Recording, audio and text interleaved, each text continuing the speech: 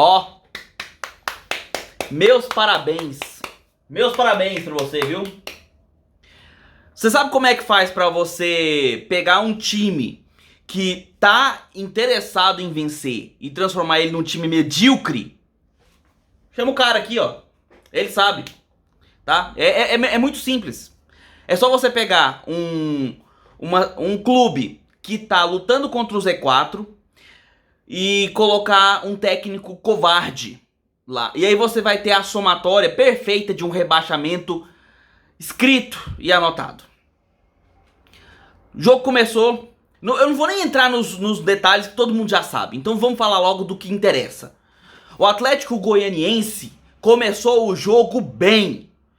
Começamos o primeiro tempo e logo aos 6 minutos o Luiz Fernando já tomou um cartão por estar ali na frente da saída de bola do Cássio, atrapalhando a saída. Mas você via, notavelmente você via uma postura diferente. Você via que o time, os jogadores que estavam em campo, queriam o jogo, buscavam o jogo, estavam interessados em vencer. Ou pelo menos em lutar pela vitória. Isso ficou evidente no primeiro tempo.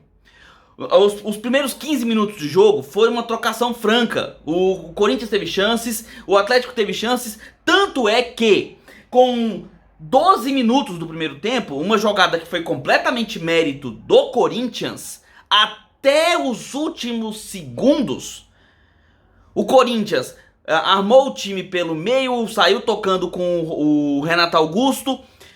Lançamento pela esquerda, o chute do Yuri Alberto, o Renan fez uma boa defesa, e aí tudo que seria mérito do Corinthians se transforma numa falha do William Maranhão quando ele não faz a cobertura no Roger Guedes, que subia pela direita. O chute do Yuri Alberto, o Renan defendeu, a bola ia morrendo na lateral, onde o William Maranhão poderia chegar dividindo com o Roger Guedes. Não! Ele deixou o Roger Guedes sozinho e o Roger Guedes fez 1 a 0. Méritos do posicionamento do atacante e mérito da jogada do Corinthians. Mais uma falha, sim, do William Maranhão. Mas um gol completamente normal. Não foi um gol porque o time estava recuado, não foi um gol porque o time estava entregando a bola para o adversário, não. Um contra-ataque do Corinthians. Logo na sequência, com 17 minutos, depois de algumas outras tentativas, o Atlético chegou ao gol com um lance muito bem articulado. O Luiz Fernando recebeu do próprio Wellington Rato, que subiu para entrar na área. O Luiz Fernando achou um passe entre os zagueiros e o Wellington Rato com uma finalização forte, colocou no gol 1 a 1 entre o Corinthians e o Atlético Goianiense. E esse era o placar justo até o final do primeiro tempo. O Atlético foi melhor até os primeiros 30 minutos, mesmo com o gol do Corinthians. Depois o Corinthians conseguiu ter um domínio até o final do primeiro tempo. Fomos para o segundo tempo, acreditando que a nossa postura, que começamos dessa maneira corajosa, começamos com o time interessado em vencer, continuaria da mesma maneira. Mas nosso técnico chama-se Eduardo Batista, o adorado amante do 4-4-2.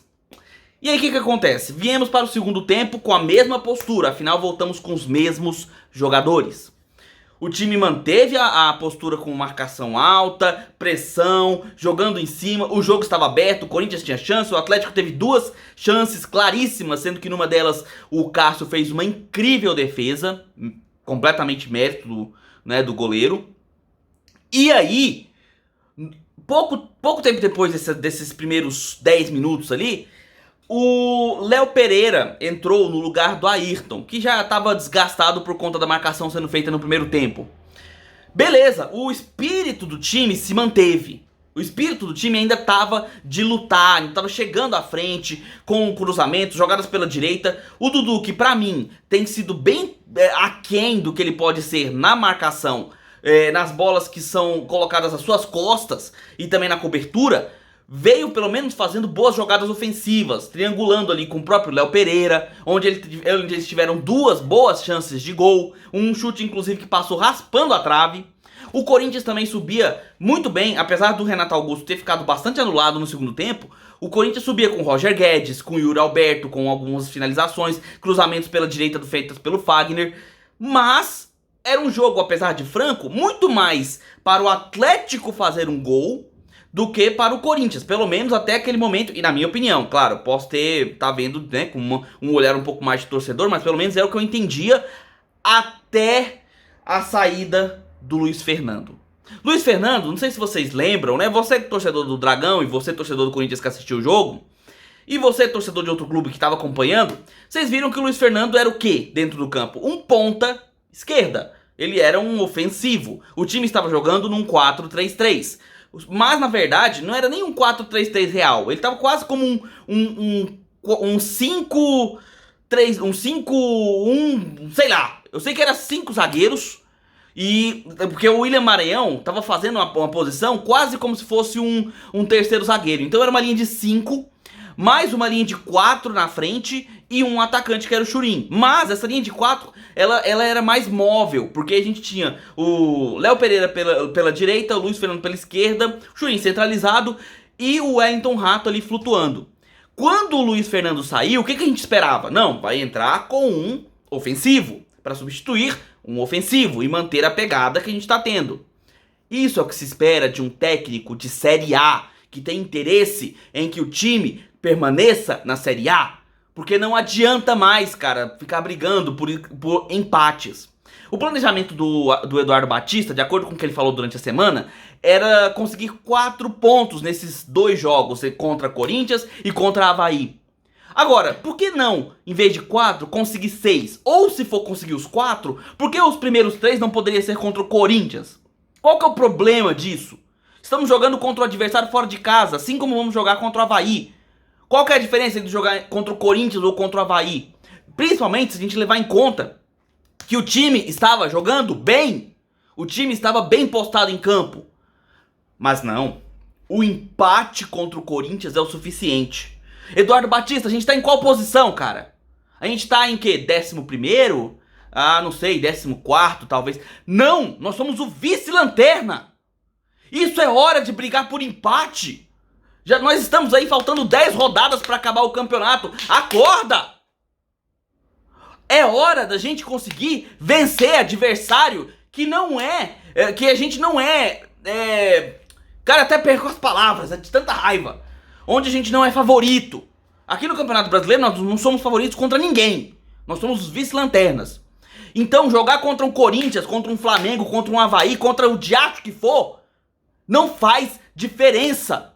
Tem que jogar para ganhar. Nesse momento, perder de 4, 5, 6-0 não importa mais. O importante é conseguir os pontos. Mais importante ainda são as vitórias. O tempo de empatar acabou, meu amigo.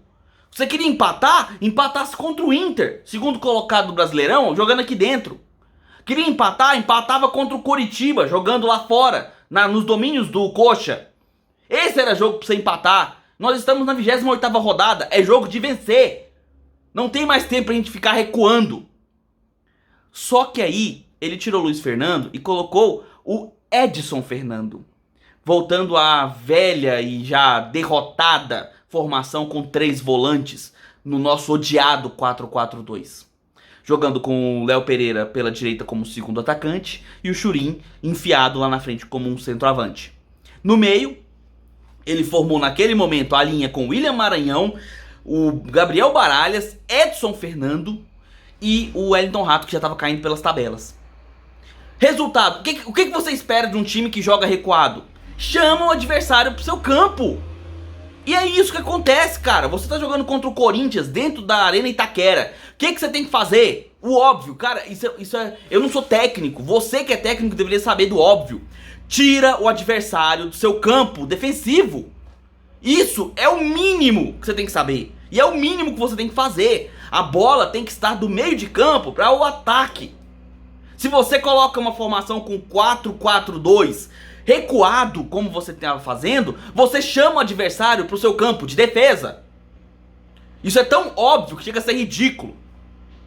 Depois disso, substituiu ainda, tirou o Jefferson e colocou, tirou o Arthur Henrique e colocou o Jefferson, uma substituição que é 6 por meia dúzia, mas beleza, porque o Arthur Henrique já estava cansado e sinceramente não jogou bem. E depois tirou o Baralhas para colocar o Marlon Freitas. Se você quer jogar recuado, coloca um cara de marcação. Cara, eu pareço até um adulto falando com uma criança. Porque é um absurdo o que você fez. Se você quer recuar como você fez, se você quer colocar uma linha de 4 na frente, colocando 2 atacantes, fazer um 4-4-2, essa segunda linha de 4 tem que ser voltada para a marcação. Tem que ser caras que saibam marcar, mesmo que tenham características ofensivas.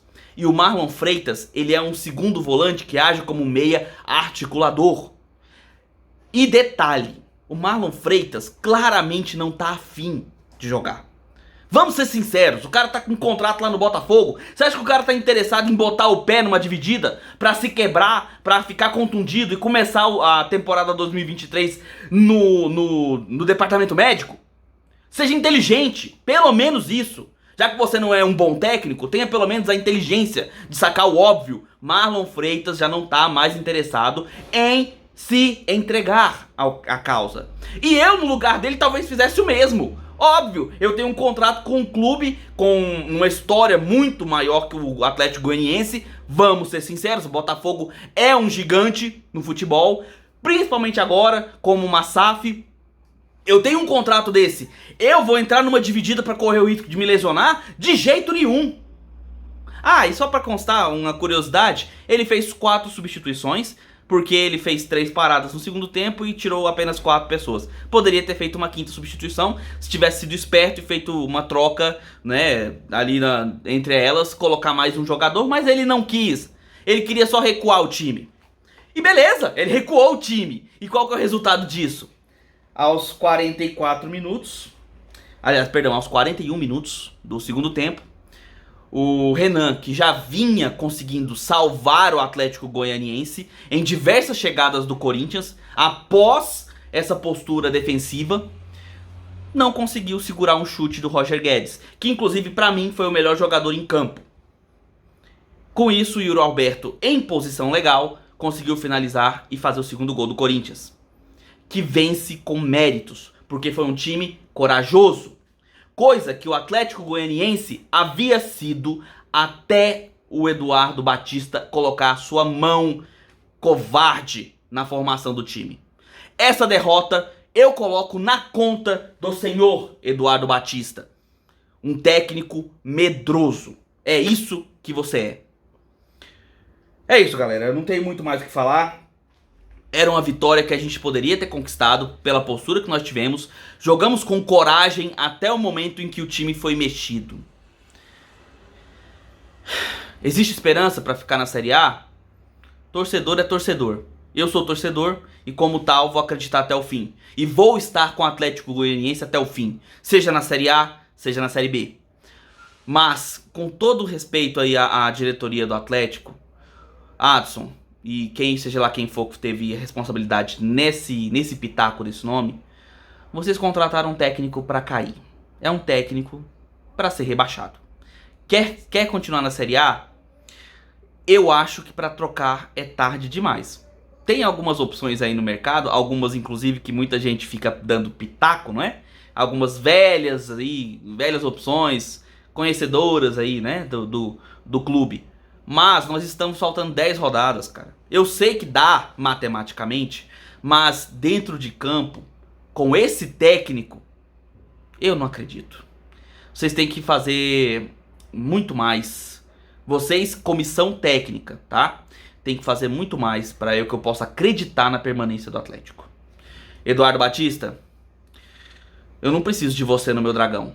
Na moral. Você vai ficar até o final aí, provavelmente, porque eu acho mais correto, inclusive no futebol, a manutenção do técnico. Vai cair, e se cair, caia de pé. Mas você é medroso. Seu time, treinado por você, é medroso. Os jogadores, por mais que eles tenham coragem e vontade, e demonstraram isso em muitos momentos durante o jogo, não conseguem tirar do campo, aquilo que você empurra e impõe com a sua formação tática e com seus treinamentos. 4-4-2 é o vontade de xingar. 4-4-2 é a... É isso, galera. A gente se vê no próximo vídeo. Um abraço, torcedor atleticano.